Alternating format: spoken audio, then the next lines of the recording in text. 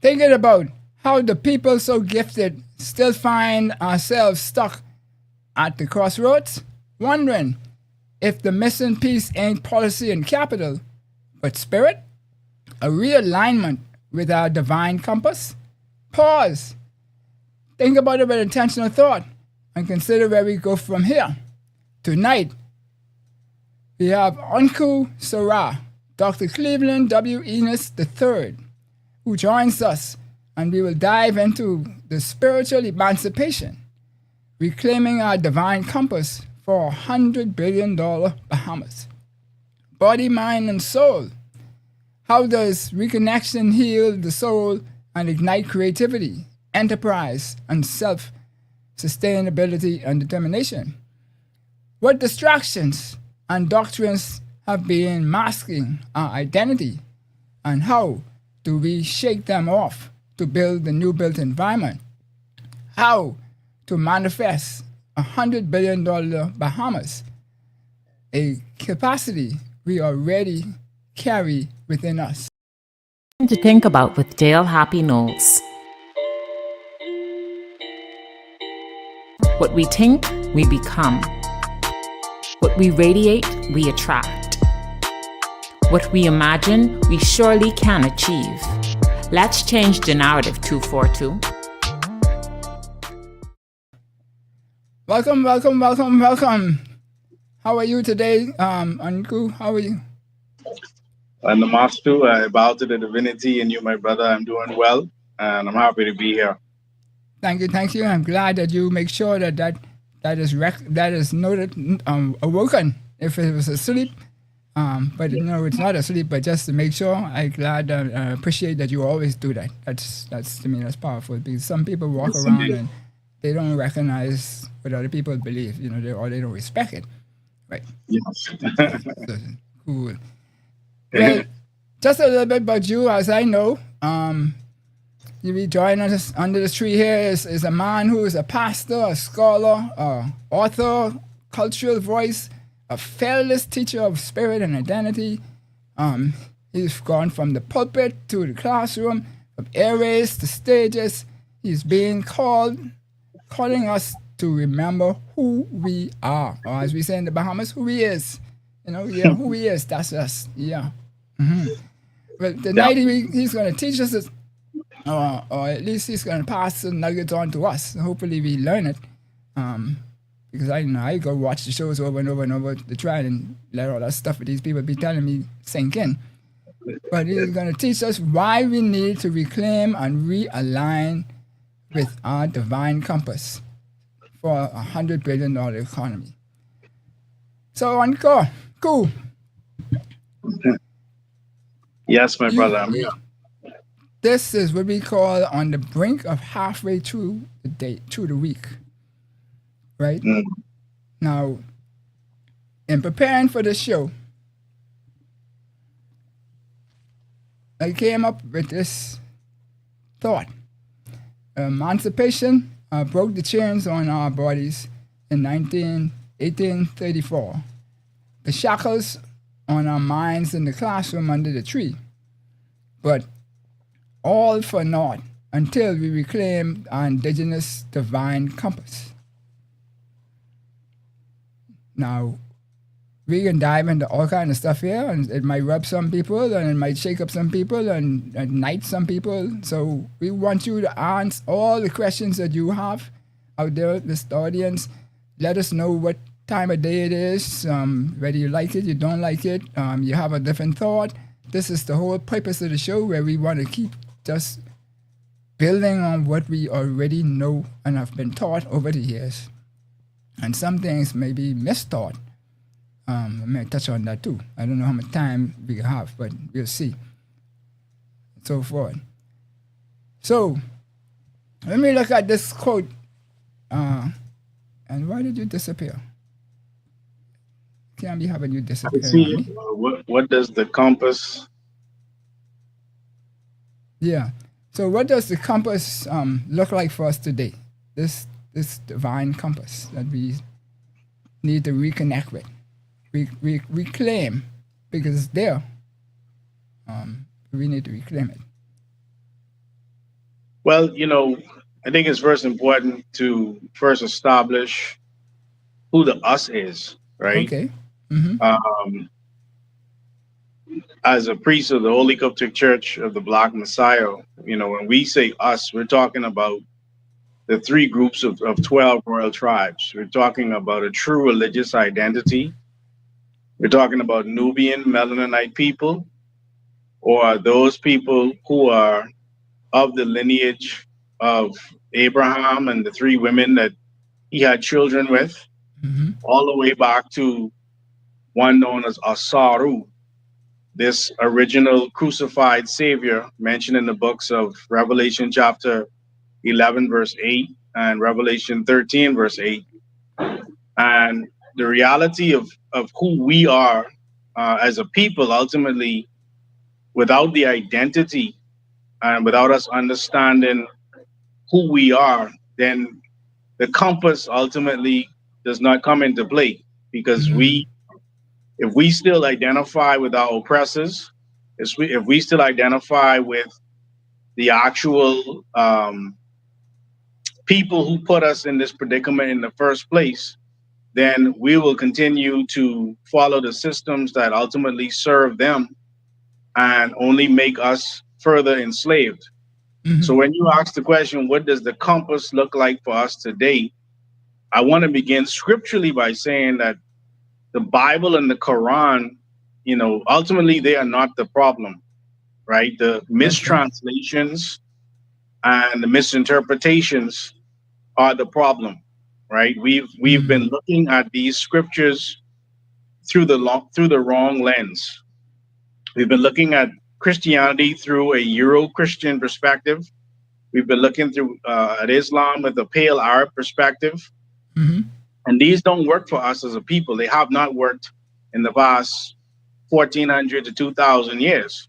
Right. And so we must now delve into these scriptures and begin to look at them with African eyes. We have to now, as the book of Revelation, chapter 18, verse 4, it says, "Come out of her, my people, that you be not partakers of her iniquities or her plagues."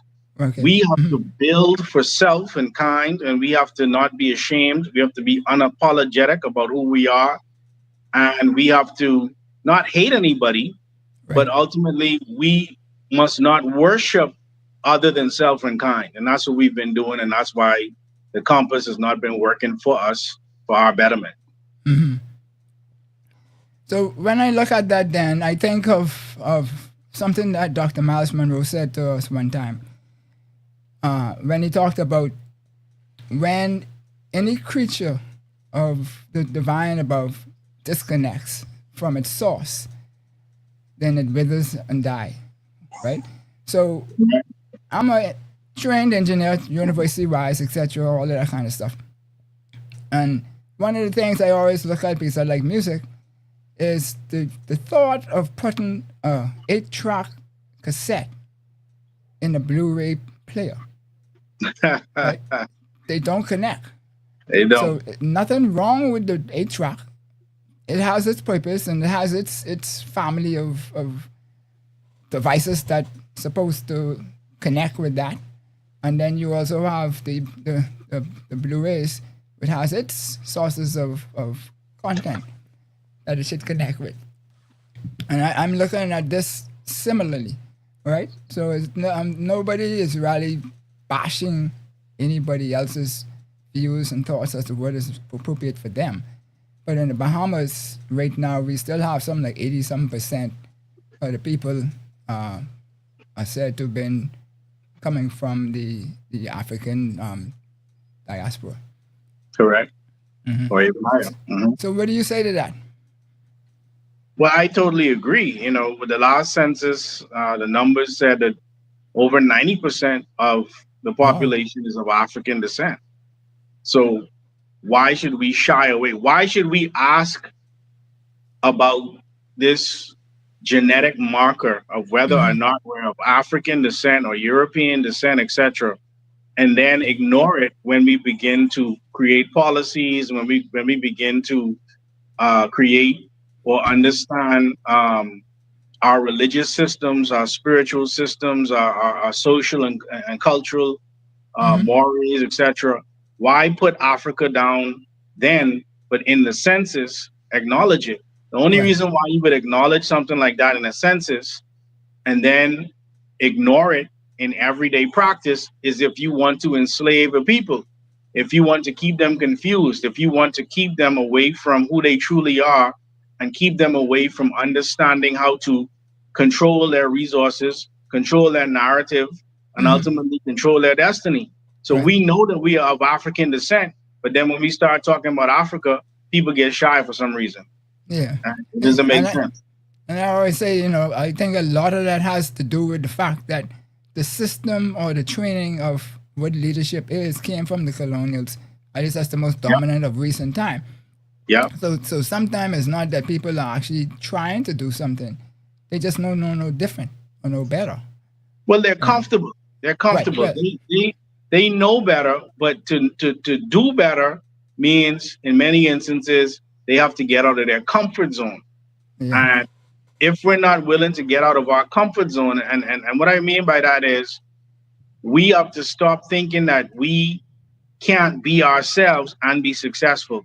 right, We still believe that we have to kowtail to a Eurocentric society. We have to swear an allegiance to the king, his queens, and his successors forevermore, or else we feel like we're going to fail, right? mm-hmm. We're supposed to be a Christian nation. If we are truly a Christian nation, we are commanded in the book of Exodus, chapter 20, verse 12, to honor our fathers and our mothers so that we may live long in the land that was given to us. That's a commandment. That's not a Right, suggestion. mm-hmm. We treat it as a suggestion, like, oh yeah, that might be a cool thing to do. So we'll have certain days where we honor our true African roots. You know, Mm-hmm. we'll get on the street and we'll rush for Junkanoo. But when it's time to do real business, we'll put on the mask, we'll put on the clothes, we'll put on the accent of our oppressors and ignore the commandment of Exodus chapter 20, verse 12. And this is why we're suffering today. Yeah. So we cater into because that's what we do well, and why tourism is so big in my mind is because we're good at catering to who we're looking to get something from. And it's not necessarily just somebody of a different race, because even within country, we see Yeah. it every day. Where okay, if somebody look like they could get something for me, we catering to them left, right, and center. And the minute they can't, they cut them off so quick. You wonder if tsunami or something came through. But no, Right. Right. cool. So this And so, question is sorry. Go ahead. You go ahead first. no, Yeah. go ahead, I'm listening. Now, so the question here on the table say people say that the spirit and we are inseparable, one, separately one. What do you mean when we talk about reclaiming? And is that about matching the belief in our mind and our spirit origin? So we think colonial because that's what we were trained to think, and so we might have a different spiritual origin that even the way we practice our spirituality, etc., and all that kind of stuff. So there's a disconnect there. Yes. So is that why what you're referring to as reclaiming, or is it a different? Because I saw this through your works. Basically, Well, my term reclaiming. Yeah. right. First of all, what we have to be aware of is this word spirit. When we look at the word spirit, Mm-hmm. the word spirit is a word that ultimately relates to personality, right? When you meet a person, you may say, I like his or her spirit, right? Mm-hmm. That's speaking to the person's personality or certain characteristics that either draw you towards the person Mm-hmm. or push you away from the person, right? We have taken on the personality or the spirit of our oppressors. We've Mm-hmm. taken on their names, we've taken on their language, we've taken on their religion, we've taken on their education, their politics, we've taken on every aspect of who they are to the extent that we have lost our personality. We don't even know what our personality should be. Okay. Mm-hmm. And what happens is in the book of Genesis, chapter 15, verse 16, it talks about these Amorites and the iniquities of the Amorites not being full, and that in the fourth generation they will come again with the same enslavement tactics that they used for the past 400 years. You'll see that coming up again in this generation, which is what we're seeing happening across Europe, across America. Anywhere the Europeans rule, they are galvanizing around their identity. They are galvanizing around their spirit, their personality. And anybody who is not interested in running, foot for foot behind them, right? They're demonizing them or making it seem as if there's something wrong, which is how they enslaved us in the first place. They have to make you think that you are less than. They have to give you a spirit of inferiority by projecting on you that you are less than, that you are ugly, that you are inferior. They use these terms like developing countries. They use terms like third world countries. This is all psychological warfare.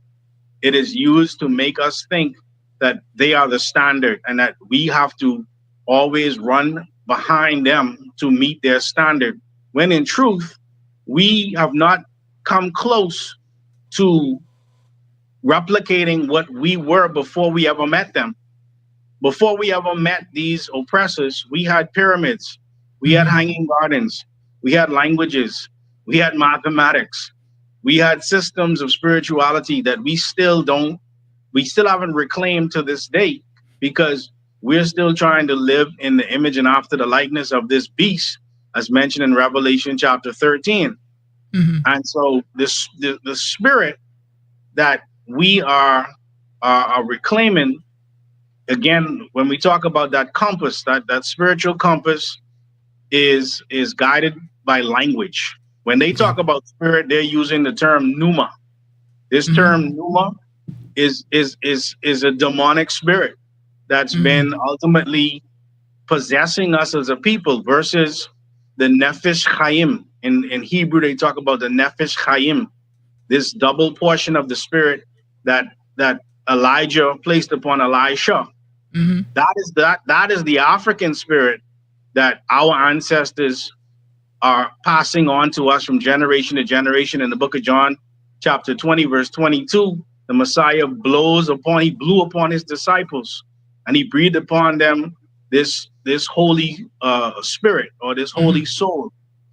And there's a difference between what the European has given to us as spirit versus this holy soul, this spirit of truth that we need to reclaim ourselves again. Awesome. Yeah. Now you give me that's a study hall. We can just dissect in that, right? But yes. That's great. Awesome. So we asked this question already. So how does reclaiming that compass shift our daily lives? So if we reclaimed it, then not just spiritually, but in how we build, how we trade, how we govern ourselves. So if we were to realign now and everybody's appropriate to their spirit, whether it's people from Africa or people not from Africa, everybody has their own to do where they align. So we could all work as one. How would that manifest itself? What would we see from that?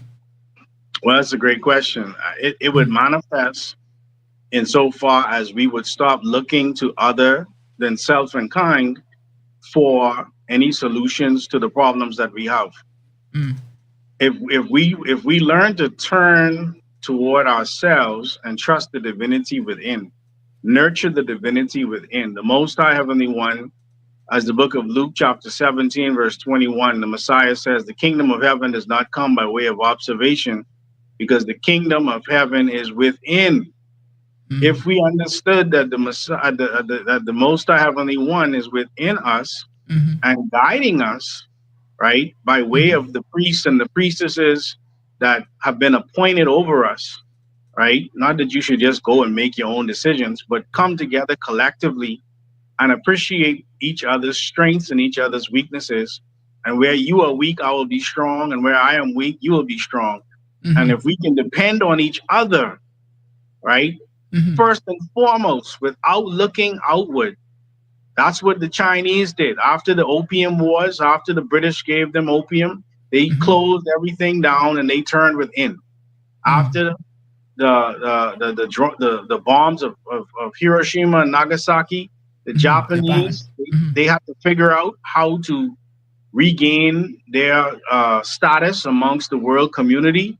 They had to turn back to their worship, their Shinto worship. They had to respect and honor their ancestors, and this is what allowed them to gain control of their circumstances once again, right?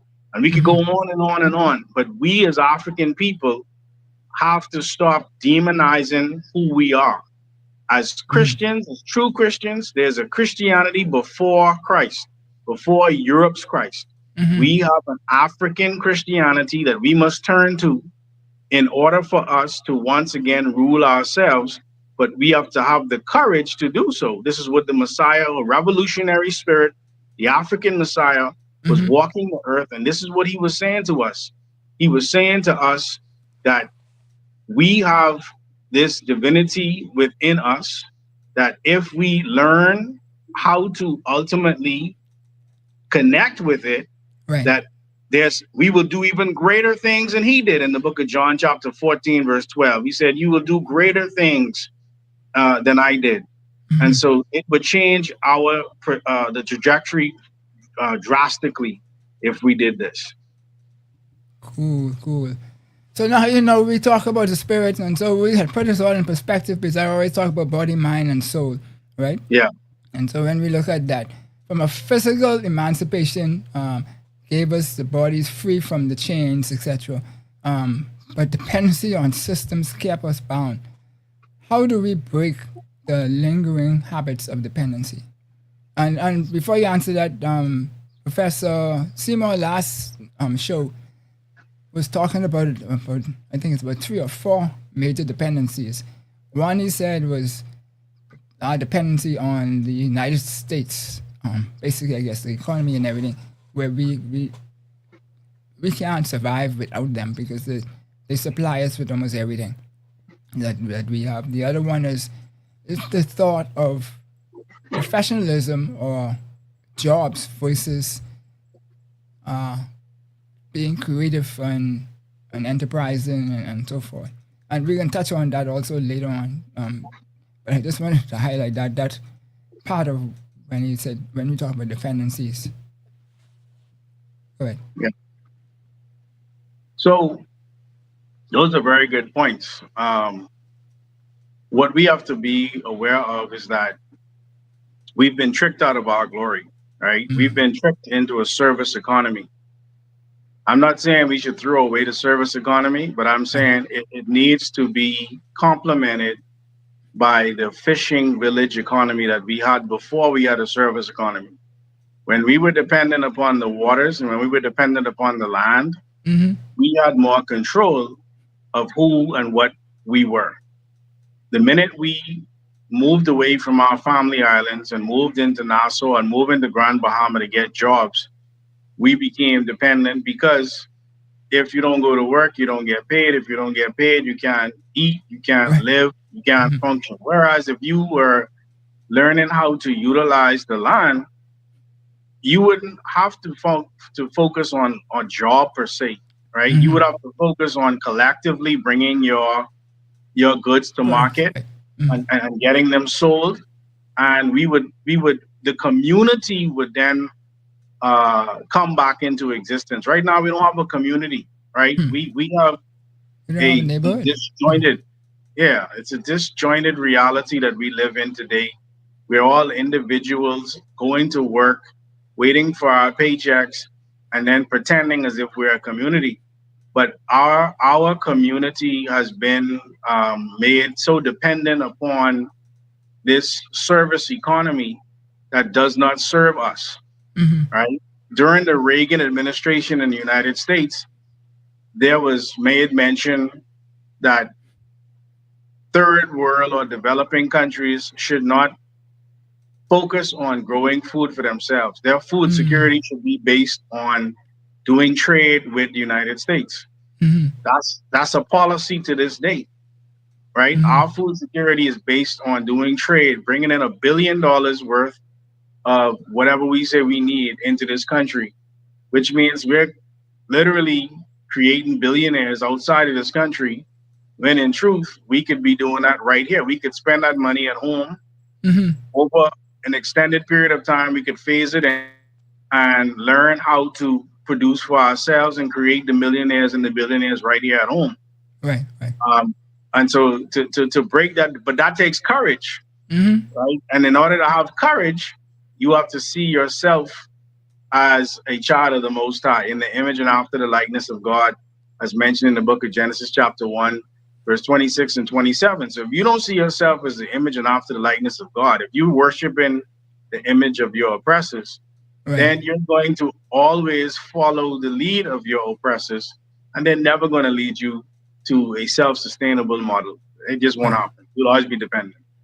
Yeah, I'm watching a lot of YouTube stories people putting up there, and I'm like, what you just said is what a lot of them storytelling fellas knew, narrating incidences that happen is pretty much aligning with. Right. So mental emancipation is opening our minds, yet we still measuring success by foreign standards, which you just mentioned. So how do we decolonize that mindset? You still there? Hello? Yeah, I think we just dropped. We're back. Okay, good. No, I was asking, how do we decolonize the mindset the Jews just talking about, where we relying so much on tapping into some foreign entity? Well, they're not DNA kind of thing.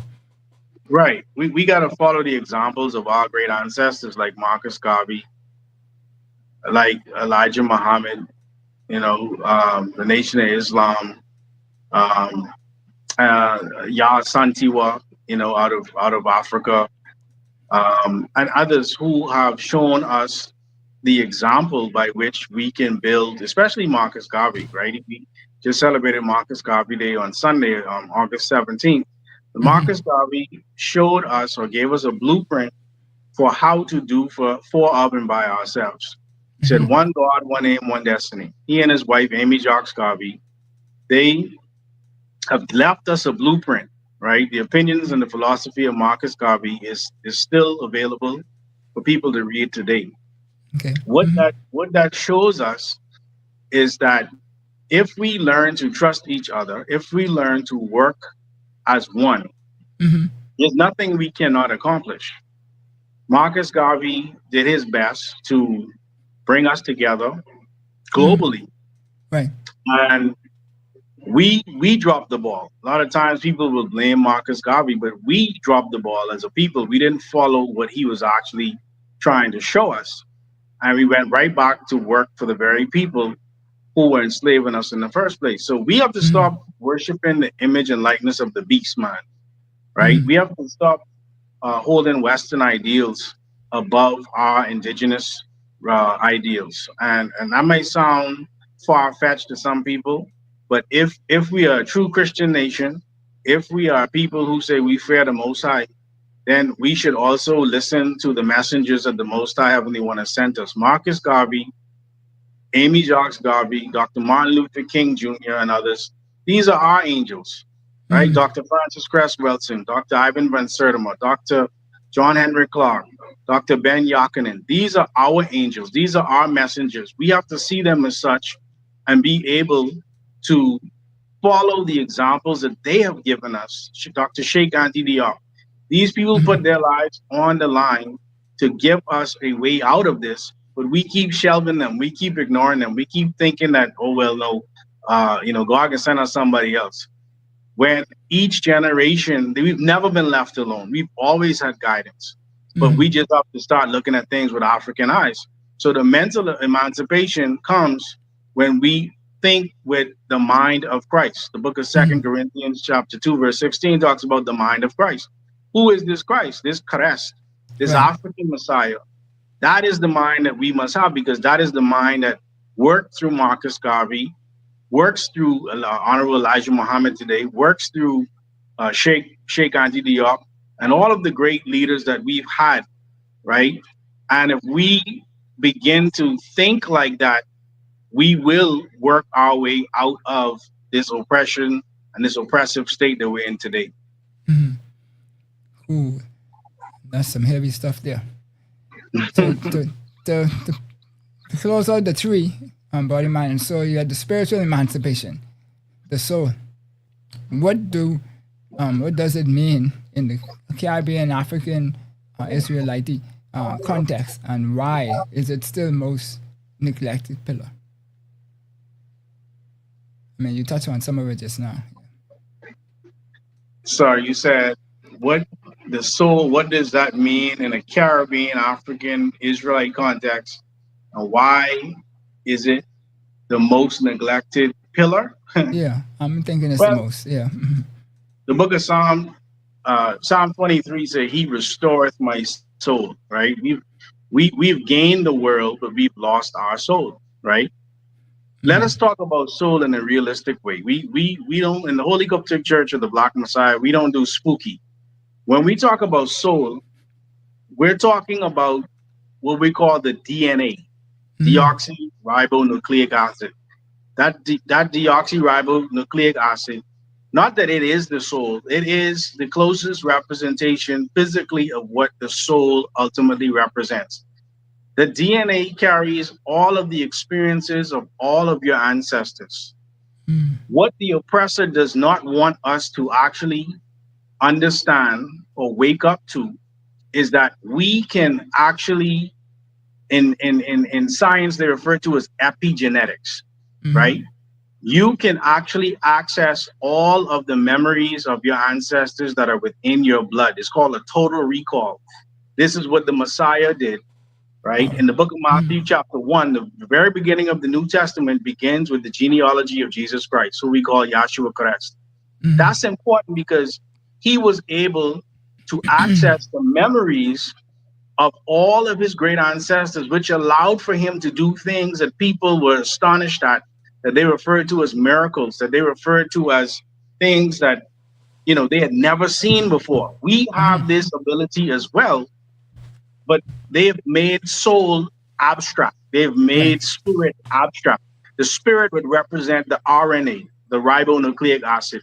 And so what the RNA does is it translates based on the environment that the individual is in.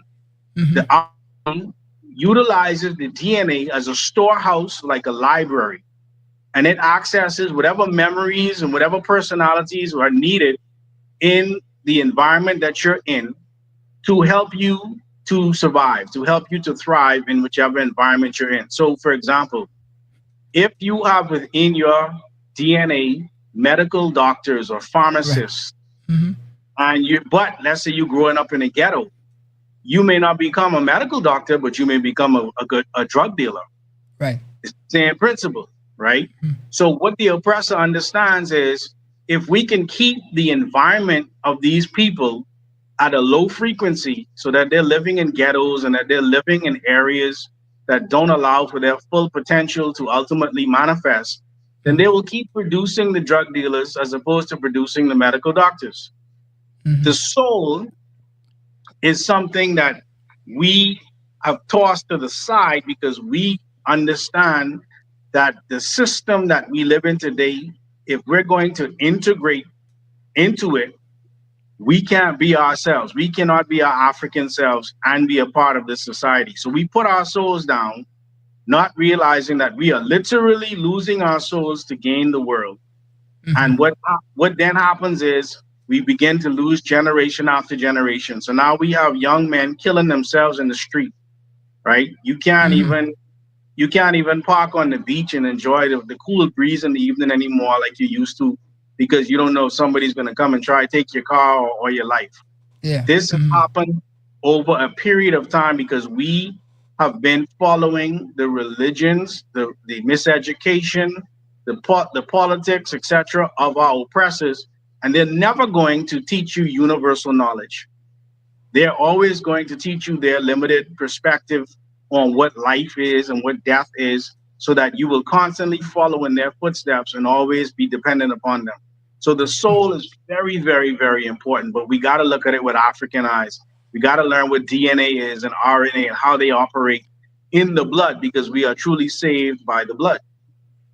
Yeah, and I always say that people can't teach you what they don't know, right? So Right. if they're not living that experience, then how are they going to be able to teach it to you? I mean, they can Well, express it to you, but that don't necessarily mean that they could here, really teach it. here's the paradox, if you will. Hmm. We don't consciously know it, Right. but subconsciously it's in us. So we Yeah. feel it. When you hear truth, you feel it. You know it's true. You may not be able to explain why you know it's true, but something in your DNA, the DNA literally coils just a little tighter when you hear Hmm. truth, right? And so we Hmm. have to have the systems in place that allow for us to be able to explain what we feel inside of ourselves, so that we can once again speak articulately about who we are and why it's necessary for us to have the things that we need, and put the Euro Western ways down. We ain't got to hate nobody, but we Right. can put it down and pick up our true African ways. No, and that brings the thought in my mind is when the African long distance runner was running in the stadium, and we were playing the jungle, the goatskin drums, So, and that just built up in her and reopened that spirit from deep down, because the rhythm was the same rhythm that she would have, I guess, been resonating with, and it took her to a different level, and exactly. I experienced Exactly. that I remember same. that. That was the Yeah, World Relays. right. And, Uh, and I think we just, okay, we're back. Yeah, yeah, I remember that. That was the World Relays. I was there. And yeah, I watched them break a world record, as those drums on the first curve, the Junkanoo was playing, and they right. would get the energy that they needed to break the world record. Hmm. That reality is what we're talking about. We got to do that not only in sports, we got to do it in education, in Hmm. religion, etc., until we once again regain our destiny. Yeah, that's what tapping back into that. So what I was saying also was that other example was in Carifta's sports, swimming. Yeah. Back then, I think it's about 2012 or something like that, when I was team manager. Mm. When the Junkanoo drums and cowbells click off in the stadium down there in, I think it was Barbados or something, we Hmm. end up came up a couple of seeds and ended up almost winning that meet that year. I think Just that before the street. going Yeah. into this was a couple of years back before all of this last rush Yeah. happened.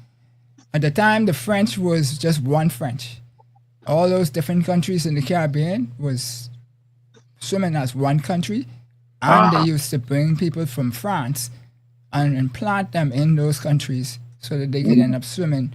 And so they really was, like supercharged people, because right. you could see the size and development and everything was totally different, right? It's almost like how the Germans used to be one time ago in lifting weights compared to everybody else.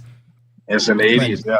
yeah, Mhm. but so folks, you're watching something to think about with Dale Happy Knowles, and do join in this conversation, because this is what it's all about. We want you to ask your questions or make a comment or whatever you, so that you could grow from step to step and take something away from this show that could help you. So then we're looking at identity and capacity now, right? Mhm.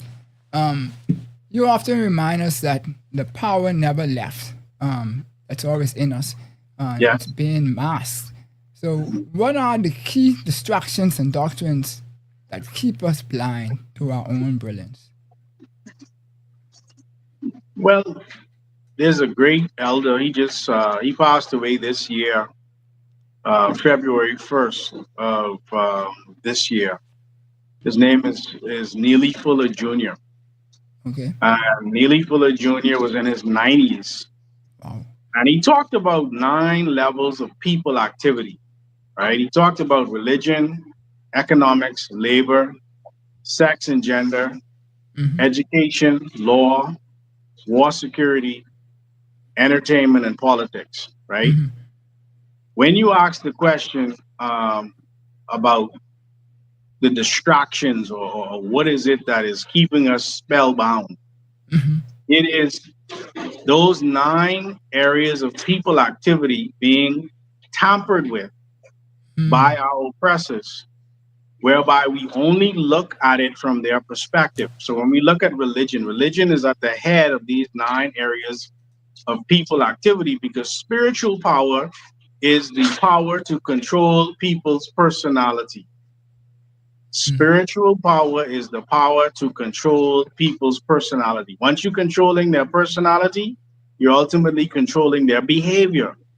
Okay? If you're controlling our behavior, then you're also ultimately controlling our desires. Okay? We desire to be like our oppressors. We desire to eat like them, to dress like them, to think like them, because we think that they are the standard of excellence. Right. And so this is what ultimately keeps us distracted.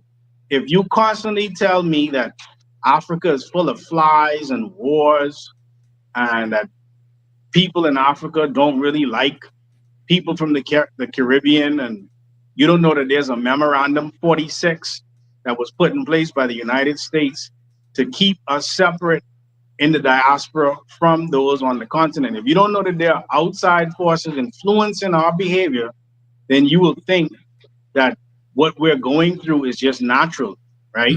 So all of this reality of how we see ourselves, how we see Africa, how we even see our brothers and sisters in the Caribbean, all of these things are distractions that ultimately put us in a frame of mind that creates self-hate, that creates this apathy that we see within our own society today, that says, well, I just really don't care anymore. We want to blame everything on the government. We want to blame everything on whoever, anybody but looking at myself. I can just blame everybody else, right? And if we stay in that way, they understand that they win, because what do? All they do is create the next fad, and we go running after it. There was a time when Black people never wore tattoos. Now we run around here with tattoos on our face and on our arms and all over the place. You can't even read the tattoos because we too dark, right? In many instances. But somebody understood that all I have to do is create these stars in the industries that I will allow you to be a star in entertainment. Right? We feel as if our way out of poverty is to become an entertainer, whether it's sports, whether it's theater, right? Whether it's politics. We feel that we have to follow this narrative that's been given to us. The same energy that it takes to create the base behavior is the same energy we could use to cure diseases, right? The same energy we could use to create programs to save the inner city youth. But we aren't ultimately we're not encouraged to do those things. Right. Sorry, we're not encouraged to do those things, because that would mean that the distraction or the spell that we're under, the delusion. In the book of 2 Thessalonians chapter 2, verse 11, it talks about a strong delusion, right? We're under a strong delusion. We really believe that the reality that they're giving us is reality. It's not reality, right? It's just a spell that they've been casting over and over again. And the result is we are always last. We are always at the bottom, right? So the distractions is the 9 levels of people activity as taught to us by our Baba Neely Fuller Jr. We have to see those things with African eyes and stop looking to other than self and kind for our solutions. Cool. So you touched on it earlier, right? But so how do we reveal to our fellow Bahamians that creativity, enterprise, and self-sustainability are not dreams to chase, but gifts we already possess? Right? Because like you said, some people don't believe that we have the capacity to do, when I think we've been proven all along that we have the capacity to do anything we really want to put our minds to do. I think we're coming around to it slowly. I think, well, like, let's look at sports, for example. There are many, when we saw our first Olympians, and when we saw the success on a world level, whether it was basketball or whether it was track and field, many of those people were trained in the United States. Right. Right? They would come home, but they were pretty much exclusively trained in the United States. Our brothers and sisters in the South, in Jamaica, they learned that they could train at home. Right. And they produced the Usain Bolt. They produced Johan Blake and other great track athletes. All them women. Right. All the women, Shelly Ann, and all of these different great athletes that trained right in Jamaica, right in their backyard. When they realized that they could actually train at home, something shifted in them. And it's happening here too, right? We've had great success in swimming. We have Lamar Taylor right now, who just got 2 medals at the Junior Pan Ams, right? That's unheard of, right? But he's done a lot of his training here in the Bahamas before he went off to school. He was a great swimmer before he went to the United States. Right. That's just the sports aspect of it, right? Educationally, we're also doing it. We're gonna have to utilize our University of the Bahamas or the University of the West Indies, because we see what's happening in the United States right now, where they are deciding whether or not they want to give us visas to study, etc. All that is going to push us to have to focus on our abilities to do what we can for ourselves, and it's gonna work. It's gonna work. You understand? A lot of people right now are choosing to not send their children to the United States for university because of the conditions that the United States is in right now. So they go into UWI, they're going to BTVI, they're going to the University of the Bahamas. And in the next, 5, 10, 15, 20 years, you're going to see a difference in what that's going to do for us as a country, right? So the reality is that we as a people have to find the confidence to depend on ourselves. I just saw a post by Dr. Ian Strachan where he was lamenting the accreditation that the University of the Bahamas was seeking. I think it was a United States accreditation. And he was saying, we don't need it. You understand? We keep running behind our oppressors as if that's our salvation. It is not our salvation. Again, I'm not saying we shouldn't work with Americans. I'm not saying we shouldn't work with the British. I'm not saying that. I'm saying we need to work from a position of strength. Right. We always in a position abundance. An abundance. You understand? Our good brother Prescott Smith, he talk about that spirit of abundance and that spirit of scarcity, right? We gotta stop moving with a spirit of scarcity. We gotta recognize that we have a divinity within us, like all other people. And if we tap into our divinity, we are as great or even better than anybody in the world. And so that's the conversation we need to start having in our schools, in our churches, and ultimately, we'll see that we're headed in the right direction. I feel that we are. Yeah, and I'm a prime example of that, right? Not to point the figure on me is that, but for baseball, I was not the super athlete or in terms of athletic, physique person, blah blah blah, and all that kind of stuff. Yeah, I had pretty good speed and all that kind of stuff, and quickness and nimbleness. But it was me adjusting my mind with the help of a lot of people to take advantage and to put myself in a position to do the things that other people were not prepared to do, right? And so then I got that edge, but I couldn't beat them in terms of how far they hit the ball or how hard they hit the ball and this and that. No, that wasn't the case. So we could do things. You don't even have to be the super athlete to be able to do it. Right. Yeah, we have the ability on all levels. Yeah. So some argue that spirituality is private, not national. how do you respond to those who separate spirit from nation building?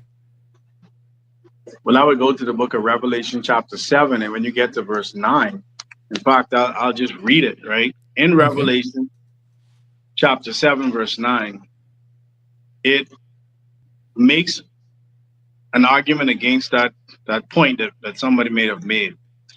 Revelation, chapter 7, verse 9 reads, After this I beheld, and lo, a great multitude, which no man could number, of all nations, so nations, Mm-hmm. all kindreds, and people and tongues stood before the throne and before the Lamb, clothed with white robes and palms in their hands. This is the salvation that we say we're attempting to attain, Mm-hmm. right? And in order to attain this, you have to know which nation you're from. You have to know your kindred. You have to know your people. You have to know the tongues or the languages that you Okay. spoke. Mm-hmm. Because if you don't understand that, then when it gets to Revelation 21 and we're talking about a new Jerusalem, this new Jerusalem has 12 gates. And these 12 gates are represented by the 12 tribes, which means in order to enter the new Jerusalem, you must be in alignment with your tribal identity. Right. Now, obviously, we've been scattered and we don't know exactly which tribe we're from, but we talk about the 3 groups of 12 royal tribes. We understand that those tribes are all a part of us at this point, and they're referenced in the book of Isaiah, chapter 19, verses 23 to 25, where it talks about Egypt, Israel, and Assyria being one, right? So Okay. I think, to the question that's being asked, we have to move opposite direction. No, spirituality is not private, because Mm-hmm. communities have a spirit, Right. nations have a spirit. You understand? Our personality, Right. right? And we have to develop a personality of the Most High Heavenly One, right? In the book of Numbers, chapter 6, it talks about when a man or a woman takes the vow of a Nazarite, right? This vow of a Nazarite, the rites of Nasar or Saru, that Mm-hmm. is a spirit that a community has that allowed for us to rule ourselves. So it's definitely not private. When someone starts talking to you about spirituality being private, that's a cult. Yeah, that's crazy. That's crazy. That's crazy. So moving a little bit to, because we want to do all of this so that we could make life better for all Bahamians and those who subscribe to the 242, right? Because the Bahamas, in my mind, isn't just for citizens; it was for everybody, Yeah. and so forth, right? I think that's in our preamble and a couple other places spelled out. So when we look at the new built environment, what we want to build, I always look at this as $100 billion economy, easy, right? Yeah. And we've had a lot of people come on the show and challenge me to tell me that this really could be 10x the 100 billion, right? But I tell them, let's just struggle with getting to the 100 billion first, because the mindset to change all that is a different thing. And if you just sit down and talk with Prescott, you definitely will see how easy or how a path is there. I shouldn't say easy, because I always say God, whatever God put for us to do, it's simple, though it might be easy to do. But how to get there is simple, but it might be hard to do it, right? So when we look at this environment that we're trying to accomplish eventually, and I think we could have that happen within a couple of years. What role does spirituality realignment play in moving us from the survival mode economics to the building of this $100 billion new built economy? And somebody said, I think it was Professor Seymour also, where we say we were, I put it, we were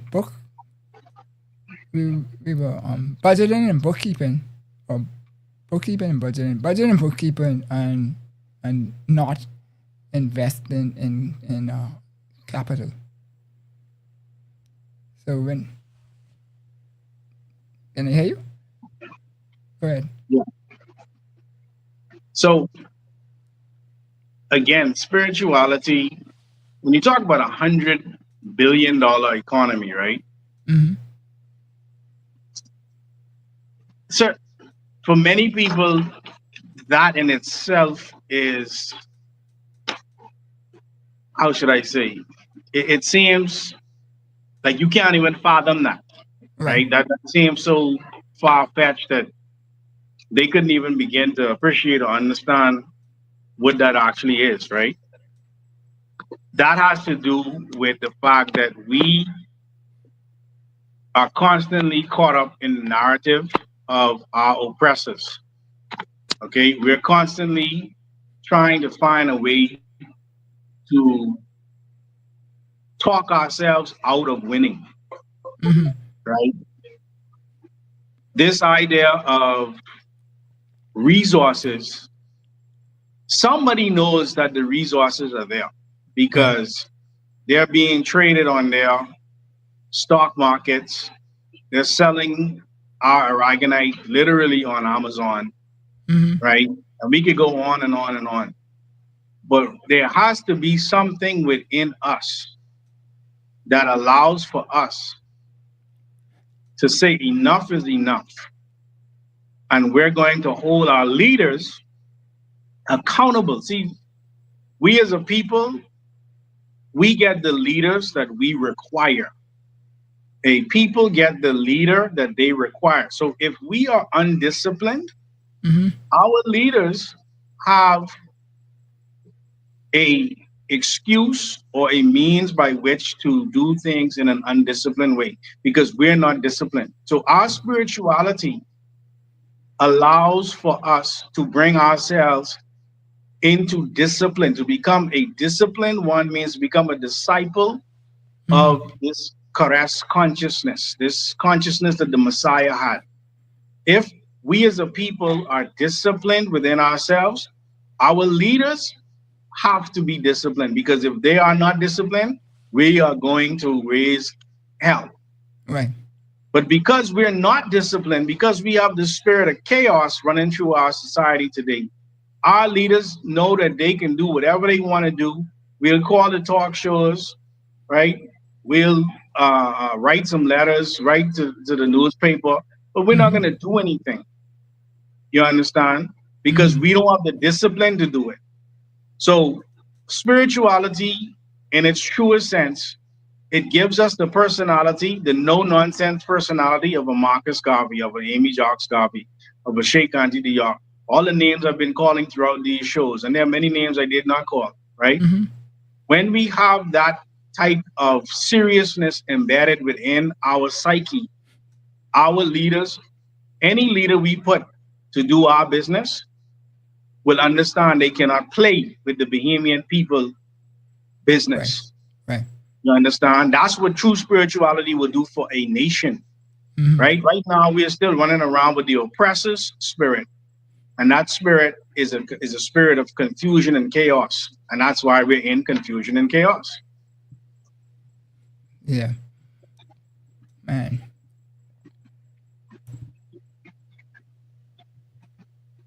So if we look at this now, then let's look at reconnection and legacy. So how do we reconnect with this with the legacy of the 12 tribes, which you touched on it just now, um, from the scripture that you read, and our indigenous spiritual heritage without falling into division or dogma? But we gotta have the book of Jeremiah, chapter 23. It talks about, it gives a warning to pastors, right? Woe unto these pastors who scatter my sheep, right? Okay. And then it talks about the fact that amongst this remnant, there will be raised amongst them shepherds. And these shepherds will guide the people towards what you're talking about.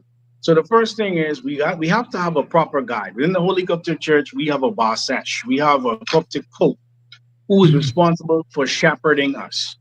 Okay, and we don't apologize about for that because we understand the importance of having a true shepherd amongst the people. Mm-hmm. Okay, we have to stop thinking that we can do everything on our own. It's like you can't sit home and self-medicate. You got to go get a doctor Mm-hmm. if you have a medical problem, right? If you have a Mm-hmm. psychological problem, you can't sit home and smoke and drink and expect the problem to go away. You can't sit home and pray. go and see the professionals who put their life on the line to learn how to fix these problems.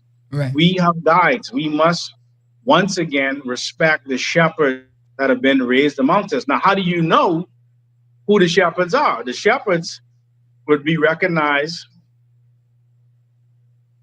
right? The shepherds will be recognized based on the book of 1 John chapter 4, right? It says, beloved, believe not every spirit, but try the spirits to see whether they are of God. The spirits that are of God are the ones that confess that the Messiah, Yahshua Christ, came in flesh. The ones that don't confess that he came in flesh, the ones who don't want to talk about race, the ones who don't want to actually, acknowledge that he was an African, that he was Right. melanated, right? They are spewing the doctrine of the Antichrist, as mentioned in the book of 1 John chapter 4, verses 1-3. So if we're going to become aware of the legacy of the 12 tribes, we must be properly taught about them first. We must recognize that the 12 tribes today are being referenced as the 12th dynasty within Egyptology, which we're not Egyptologists. Egyptology is what our oppressors say of us in order to keep us away from who. They call it the 12th dynasty, but we were the 12 tribes. You understand? So when we start talking about Akhenaten, any pastor who's gone to seminary, they learned that the first monotheist was an African by the name of Akhenaten. They learned this. But then after they learn that, they ignore it and act like Africans and have nothing to do with what they call Christianity today. You understand? So we have to be properly taught about who these 12 tribes are. We have to understand that there is, we are victims of a crime called identity theft. All right. And that identity theft came when the European took our original Ishmael and they made it Ishmaeli. They took Israel and made it Israeli. They took Midiani and they made it Mittani, without telling us that they weren't the same thing. And this is what the Messiah was talking about in the book of Revelation chapter 2:9 and 3:9. I know those who are claiming Jews but are not. They are the synagogues of Satan. They are people who are impersonating us as the three groups of 12 royal tribes. They are impersonating us as the three groups of 12 royal tribes and making us follow after them, when in truth, we are the three groups of 12 royal tribes, as mentioned in the book of Isaiah, chapter 19, verses 23-25. So to answer the question, ultimately, we need a proper guide. All right, because we can't do it by ourselves in a timely fashion. And we do have that guide in the Holy Coptic Church, our Basesh, the Rev. Dr. A.J. Varma. He's our guide. There are other guides, but he's the guide for us. Right. So if we look at all of that, right, and what you have said so far on the show also, and body, mind, and soul, then really and truly, it's the soul or spirit is what is creating our identity, or which is radiating our identity that people see when they see us, right? So is any of that being taught in any of the religious classes that you just shared with us in terms of this history or what have you?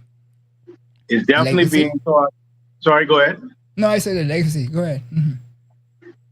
It's definitely being taught within the Holy Coptic Church of the Black Messiah, right? We are a teaching church, and we take the time to study languages. We take the time to study geography, typography, chemistry, biology, whatever it takes for us to get to the bottom of whatever situation our people are in. We study it.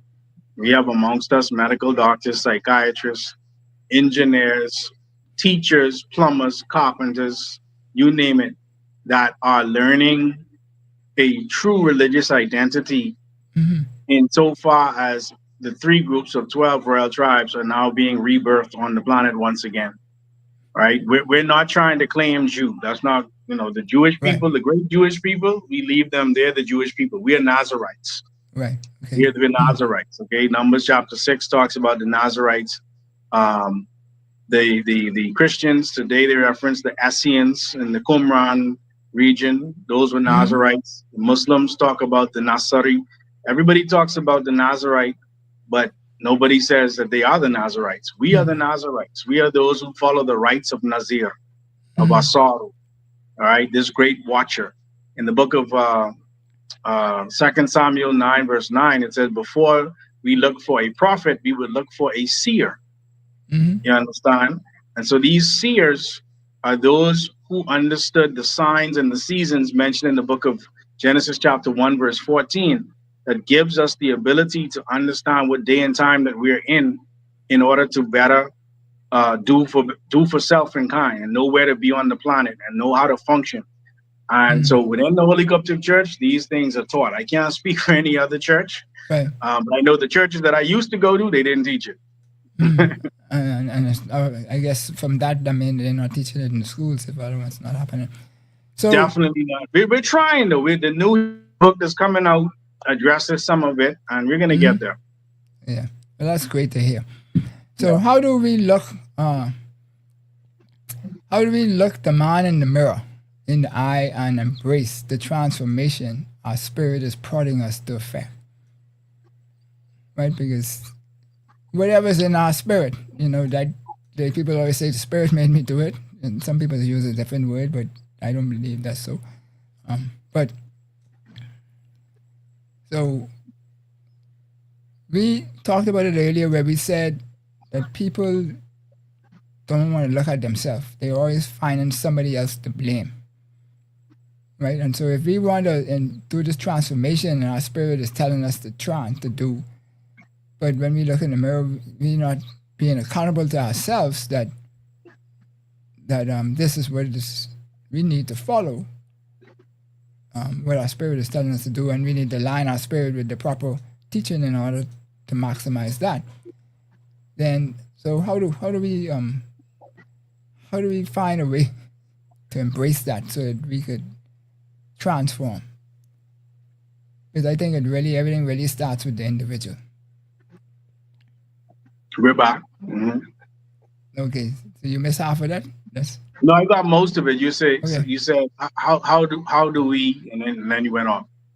Yeah. So what I was saying is how, if we're looking at all of these things and we have this spirit that is driving us and what we should be doing, let's say it's supposed to be A, B, C, D, E, F, but we've been being taught to do 1, 2, 3, 4, 5, 6, right? And so there's a conflict between the two. And so when we look in the mirror, most of the times we look in the mirror, if we say we fat or we say we whatever, we always blaming somebody else for it. We don't want to be accountable for our own, taking charge of our own destiny, for lack of a better term, and so forth. And so I'm asking, how do we embrace this now in order to, when we look in the mirror, to help people to want to be accountable and to do what they need to do? Well, we have to get back to etiquettes. All right. We have to learn what true etiquettes and true morality is again. We are constantly seeking the validation of a people who've only been on the planet for a few thousand years. We've been on the planet for billions of years. And so we have to get away from trying to seek the validation of a people who ethically are not in the position to hold the moral high ground, right? We have to learn the etiquettes, the noble values of our great ancestors. And the only way we can do that is if we're properly educated about who those great ancestors were. Okay. That's where the education comes in, right? Education is supposed to be a tool that's used to solve the problems of your community. It's not supposed to be about passing exams. That's not what true education is. The exam is the problems you face every day. Those are the real exams.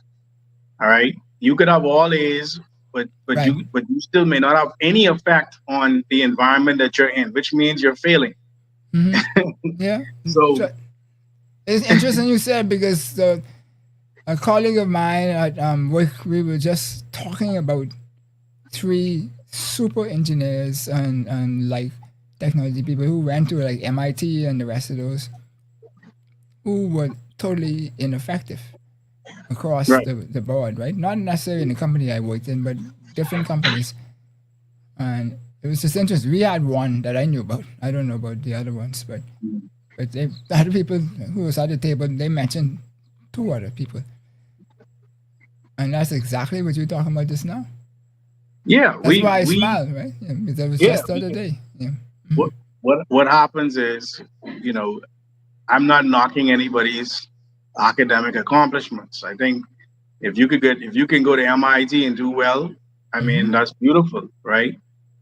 Well, we gotta apply some of the values of our great ancestors so that we can use what we learn at MIT and apply it to Baintown, Right. apply it to Nassau Village, right? Apply it to Life for Keys, right? To apply it to Mount Pleasant, apply it to the environment that we're in. That's where we kind of drop the ball, right? We get upset after we come home with our education because we can't understand people and people can't understand us. And so many of us just go back to where we got educated and we don't come back, right? We call the people in the communities that raised us um, out of touch, right? Right. And they calling us out of touch. So you have this great divide. We have to see the problems that we're being faced with today as the exams, all right? And those exams can only be solved by us. We're in this environment for a reason, right? True education is supposed to ultimately be fueled by true morality, right? It's supposed to be fueled by life standards. Okay. If we have proper education, then there's no way we're focusing on the average of children on a standardized test versus the report that just came out that said that our children are thinking about killing themselves and they're drinking Right. alcohol or they're like that the average just that conversation needs to be put to the side for a second. Right. We need to focus on what's going on with these children and get them to the point where they can feel secure enough to be themselves and not want to kill themselves and not want to get drunk and not want to get high and not want to follow street culture. We got to get back to the etiquettes of our great ancestors, but you cannot get back to the etiquettes of your great ancestors if you ain't learning about them. Right. If you're not following the commandment of Exodus chapter 20, verse 12, honor your fathers and your mothers so that your days can be long in the land that I gave you. That is a commandment. That is not a suggestion. Right. You know, I always marvel with y'all who could quote all these things and stuff like that. And I'm mindful that, you know, if you delve in it enough, then it's gonna stick. Because I some areas which I do, I could quote things too, but that don't mean that, No, you know. we So all have our strengths and weaknesses. That's what I said earlier. right. Where I'm weak, you need to be strong. Right. You know. So what I was gonna say was that, but there's two that I try to always keep front and center, and you know that's honor God and treating each other as loving each other as if ourselves, right? Both of them to deal with love. So if we're looking at all of that together, right? When the Bahamas reclaims the divine compass, what is the first visible sign people would notice in our culture, economy, and daily life? What should be a sign to help people know we're going in the right direction?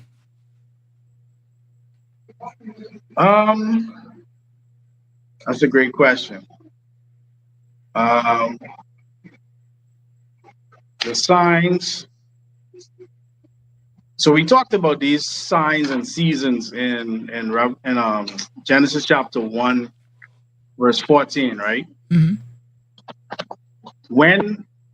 When we begin to honor our fathers and our mothers, that will be a sign, Okay. right? When we can stop as political, religious, social leaders, when we can stop worshiping our oppressors, stop Mm-hmm. swearing to the king, his heirs and his successors forevermore. Stop. Mm-hmm. We voted for you. Why you ain't swearing to us? Swear that you're gonna do what you said you was gonna do in the political trail. Let's do that, right? That's a sign, right? When we put the true image of the Messiah in the churches, fuck Jesus up. That's his description in Revelation chapter 1. You say you want truth. You say you should know the truth, and the truth shall make you free. But why we lying about how the Messiah look? Right? That's a sign, right? When we can wear our cultural garbs professionally, that's a sign, right? When you can take down the pictures of the oppressors in the Senate, that's a sign, right? When you can get rid of the standardized tests and put real exams in place for your children to actually be able to affect the environment in a way that's going to make the country a better place, that's a sign. All of these things are just, the tip of the iceberg, but these are signs that would allow for us to know that we're moving in the right direction. As long as you're following Europe, you're going to fail, because Europe is failing, not because I said so, right? They are at a critical point where more of them are dying than are being born. The BBC did a study recently with 7 different countries, and they showed how China, India, Europe, and 4 other countries, I can't remember off the top of my head, and by the end of the century, their populations would have decreased by more than half. But sub-Saharan Africa would have tripled by the end of the century. So we need to follow life instead of following death. That's a sign. When you follow in life and not death, that's a sign. You understand? So ultimately, we have to get back to who we are, who we is, as we say in the Bahamas, who we is. You understand?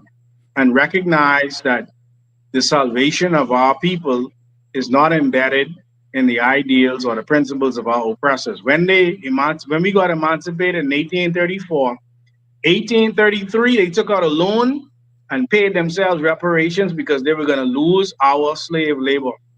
For each one person that was a slave, that was 6 jobs for them. This is what the studies show. So they realized that every free person represented the loss of 6 jobs in the economy. Right. So they gave themselves reparations, and they have constantly fought us down for shaking off colonialism. When they left their churches in place, they left their politics in place, they left their schools in place, they left their language in place, they left their dress code in place, right? And we have not found the courage to remove those things and say, return to sender. We don't want your religion. We don't want your politics. We need to galvanize with our brothers and sisters in the Caribbean and on the continent and do for ourselves. Stop being afraid. Yeah. And I know we're supposed to be in the brave mode, so I guess some need to start what you call it, resonating in the public, because what happens in behind the doors, people need to see it, right? Yeah. It's one thing to try and be nice and this to everybody, but sometimes you got to show people when you holding people accountable, right? Yes. Even if it's your own people, right? You can't just go around without. The public holds people more accountable than anybody else. If they know information, they will deal with you. You know that straight and plain, right? So when we look at all of this now, and we try to put this all together, right? When we were a quaint fishing village, did our spirit nag us to do differently as it does today? So today, our spirit is telling us every day, people come to work, and I listen to them, and they telling me all kind of reasons why they shouldn't be doing what they're doing, right? Because they've been driven by an inside spirit that is telling them, maybe this is not your purpose, this is not this, this is not whatever it is. but it's driving them somewhere else. So back in the day when we were a fishing village, when we basically, even say, may not have been rich, but like the old people who say they want for nothing, kind of thing, physically, then what, how does that align with today and what's happening today? That's my major question for the day. I think we were tricked out of our glory. Oh boy. I think we thought we were poor when we were a fishing village, but we were truly at a point where we were rich and actually about to realize an economy that would have put us on par with any economy in the world. If we had galvanized around that fishing community model, service economy, we would have been, I feel, better off because people would have been in the family of islands. Nassau would not have been as congested. Freeport would not have been as congested. Crime would not be what it is today. We would have jobs for the young people because if everybody's fishing or farming or doing the other businesses that surround fishing and farming, right? Fishing and farming today, like when I went to Tuskegee University and when Booker T. Washington and others, when they put that institution in place, it was so that we could learn the skills that we needed to grow our own economy, right? The way farmers farm today obviously is different than it used to be, right? We could have had farming on Andros. Andros is almost as big as Trinidad. We could have farming on any scale in Andros, right? To be able to feed ourselves, at least feed ourselves. When export is another thing, but we could at least feed ourselves, right? We've been tricked out of our glory. We were told that it was better to put down farming and fishing and get a government job or get an office job, put on a coat suit and tie, work in the air condition, and talk 3 octaves higher than we normally talk. Because that's the way we want to make people feel welcome to the Bahamas. Yeah. Like we got tricked out of our glory. You understand? But we're learning now, and that's why we're coming back to it. That's why we have an agrarian awards now. We want to incentivize farmers to grow again, right? Now we're concerned about the poachers in our waters now because we recognize these are fish. We need to benefit from these fish, right? We are learning as a people that we've been in the wilderness for over 50 years. And now we got to come out of that wilderness and move into our promised land, which is where we've always been. We've always been in the promised land. We just didn't pay attention to the promises of our great ancestors. We was following our aggressor. So, we got to first recognize that we've been tricked out of our glory. And I think we're realizing that now because things are really not what they should be. And as we make the pivot towards fishing and farming and learning how to utilize our skills as electricians and plumbers and carpenters. Not that we don't need medical doctors and accountants, we still need that. But even them need to know how to fish and farm. And so, Professor Seymour highlighted that last show when he said something that I did not know, which was when the British left, independence, that their words to us was that we must continue with professionalism, doing jobs, not being creative and the like and all that stuff, which we used to be when we were in a fishing village and so forth. So, Your Honor, most notable and all them high accolades that I could give you, you see. I have to thank you for being here, but before we take our leave, is there anything that we didn't discuss that you wish the public to sink their teeth into and to be able to dissect and think about? Because that's the whole purpose of the show, is to make people, give people information to think that is not normally talked about. And I think we talk about a lot of stuff, but there might be more. So Yeah, yeah. Well, there's always more. One day we'll have to delve into the original books of the Bible and learn about what those original books of the Bible are really talking about. In the Zondervan King James Study Bible, at the beginning, they talk about non-biblical writings that are parallel to the Old Testament. And they talk okay, about the Atrahasis and the Dead Sea Scrolls and the Amarna letters and many, many books that churches don't necessarily want to discuss, but the commentaries and the people who are putting these Bibles together, they're talking about these books. And these books represent the original books of the Bible. right, Today we are reading versions of the Bible. And if we really know who King James was, we would not care about his interpretation of the Bible. Before he wrote the King James version of the Bible, he wrote a book called Demonology, right? But yet we still run behind his interpretation. So I think, one of these days we can delve deep into that, because what that does, when we begin to understand that we have our own scripture, it gives us the confidence to actually be as great as the people in these scriptures. And these people, I mean, we built pyramids and we did things that today, the mathematicians and the engineers today cannot build those pyramids.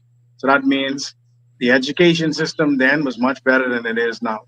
right. Or at least they were tapped into their indigenous spirit, and the divine one led them to be able to build those things. Yes, they immaculately. had the original books of the Bible. They had their script, had their way of life. Yes, and we have it again now, so we can do it again. Awesome. One thing before is that I saw something today which suggested, and I didn't happen to dive into it yet to find out what is the history on it, but there was this clip that was running around that was saying that there was a black man who left Africa. I remember it was a century before or whatever, Christopher Columbus, who discovered the Western world. And supposed to have been a rich man, etc., and all that. So that might be something that we could dive into also and figure out, are all these stories true, or they've been tainted? We're back. Yeah. You said it was a black man who left Africa before Christopher Columbus? Yeah, and I think about a century or something before. I can see if I could find it on WhatsApp and send it to you. But and he discovered the New World, but they don't talk about him. Well, it was more than one man. We had maps and we had whole civilizations that or cultures that moved. When they talk about Atlantis, right? When they talk about the people who inhabited what is called America today, the Olmecs. When you do some research on the Olmecs, there's an author by the name of Dr. David Imhotep. He's passed away now, but he came to the Holy Coptic Church and he spoke. He has a book about the first Americans and these people who were coming across from Africa to America way before Christopher Columbus, way before so-called Native Americans. Dr. Ivan van Sertima did the research and showed the Olmec heads in Mexico, in La Venta, and other places which showed that we were already, trans-navigating the planet before there was a Christopher Columbus. In fact, he had black people on the boat helping him to navigate in the first place because he didn't know where he was going. Yeah, well, that's a different thing. Also, the loss of the blind leading the blind, I say, or something like that. But thank you kindly. We love when you come on and share and drop all these nuggets, which you give me like information to research and dive into, and I'm hoping that everybody out there will do likewise. Take wood from the buffet of information that could help you, and some of the stuff that you may not appreciate or understand at this point in time, just park it. Because I find that a lot of times that the information that I was exposed to, some things I might not know now or be able to relate to it, but later on in life, something happens and then it clicks, and then you go back and draw that from your memory banks and put it in the forefront. And then that's valuable. That's like liquid gold in your head. Yes. Coming to your benefit. Yes. Yeah. So thank you. And Thank you. do continue to grow your church in strength and build people. That's what we're about here, and something to think about. And that's why we like to bring you on. Thank you for having us. And anytime you need me, I'll make myself available. So thank you so much. You're quite welcome. So, folks, you've been watching Something to Think About with Dale Happy Knowles, and we'll be here next week with another provocative and thought-provoking, which is the same thing, conversation. Till then, see you out. Peace and Namastic. That's what you say, Namas? How you say it? Namastu. Namastu, too. Okay, yes. Yeah, cool. All right. Enjoyed the show? Then subscribe to us for more educational and inspirational content. Ring the bell so you never miss a show. Let's change the narrative 242